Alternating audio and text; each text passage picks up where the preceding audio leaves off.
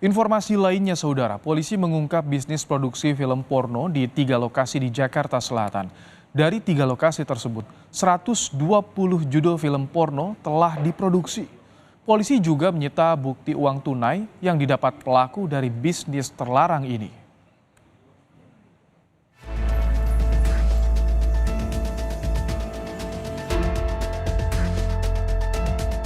Tak ada yang menyangka bangunan 2 lantai sederhana di Jakarta Selatan ini menjadi salah satu lokasi syuting dan produksi film porno. Tak main-main, dari 3 lokasi yang semuanya berada di Jakarta Selatan ini, sudah ada 120 judul film porno lokal berdurasi lebih dari 1 jam yang telah dipasarkan lewat 3 website di dunia maya. Warga sekitar juga tak curiga meski kerap melihat aktivitas pengambilan gambar yang dilakukan di luar ruko karena semua terlihat wajar dari luar. Saya lihat sih ada beberapa kali ada sih, tapi nggak banyak. Apa 1-2 orang doang yang di situnya itu kan? Ya kurang tahu juga saya syutingnya itu kapannya, saya nggak begitu perhatiin gitu loh Pak. 5 orang ditetapkan sebagai tersangka, mulai dari sutradara, produser, editor, sound engineer, hingga sekretaris sekaligus pemeran film. Polisi mengungkap produksi film porno ini melibatkan sejumlah artis, selebgram, hingga foto model sebagai pemerannya. Mereka akan diperiksa untuk menentukan status hukumnya Jumat mendatang. Ada pelibatan 12 orang talent wanita dan kemudian 5 orang talent pria. Dan ini pada minggu ini kita telah jadwalkan untuk pemanggilan terhadap ke-12 talent wanita maupun ke-5 talent pria. Untuk kita mintai keterangannya terkait dengan pelibatan yang bersangkutan dalam pembuatan film dimaksud. Pelaku menyebarkan konten film porno yang dibuatnya sejak tahun 2022 lewat layanan akun website berlangganan.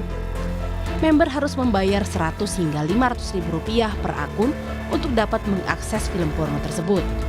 Sindikat rumah produksi film porno ini juga telah mendapat sejumlah uang yang sebagian telah berubah menjadi aset dan kini disita polisi.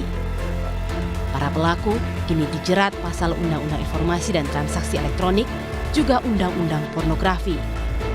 Tim Liputan, Kompas TV. Sementara itu, Kemenkominfo telah memblokir 1,2 juta situs porno yang terdeteksi di ruang digital. Setiap konten porno yang beredar akan ditindak. Kemenkominfo juga menerapkan sistem deteksi untuk memantau konten negatif di media sosial. Hingga 11 September 2023, total lebih dari 3,7 juta konten negatif telah diblokir. Paling tinggi, yakni situs porno mencapai 1,2 juta situs.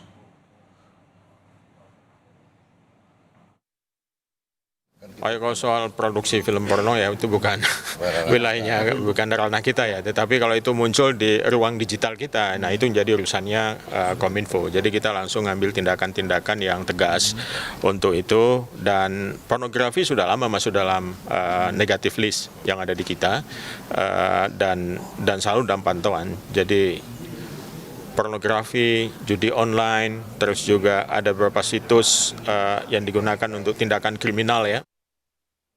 Untuk mengetahui perkembangan terkininya, kita segera bergabung dengan jurnalis Kompas TV ada Masni Rahmawati dari Mabespori Jakarta. Selamat petang, Masni. Sejauh ini seperti apa hasil penyelidikan polisi terkait kasus industri film porno lokal?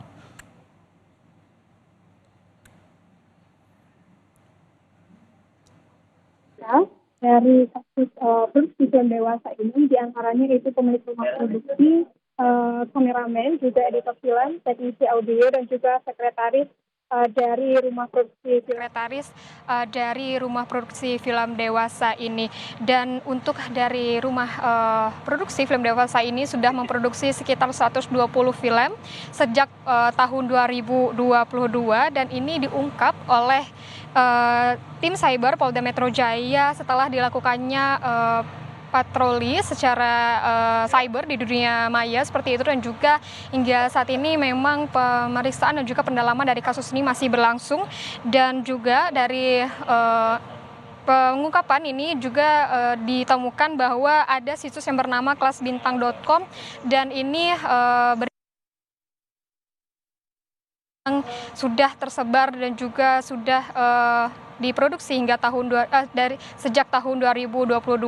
Dari pendalaman kepolisian memang dari produksi film ini sudah mendapatkan keuntungan hingga 500 juta rupiah per tahunnya. Dan hingga saat ini memang untuk dari tersangka masih ditetapkan sebanyak 5 orang oleh pihak kepolisian.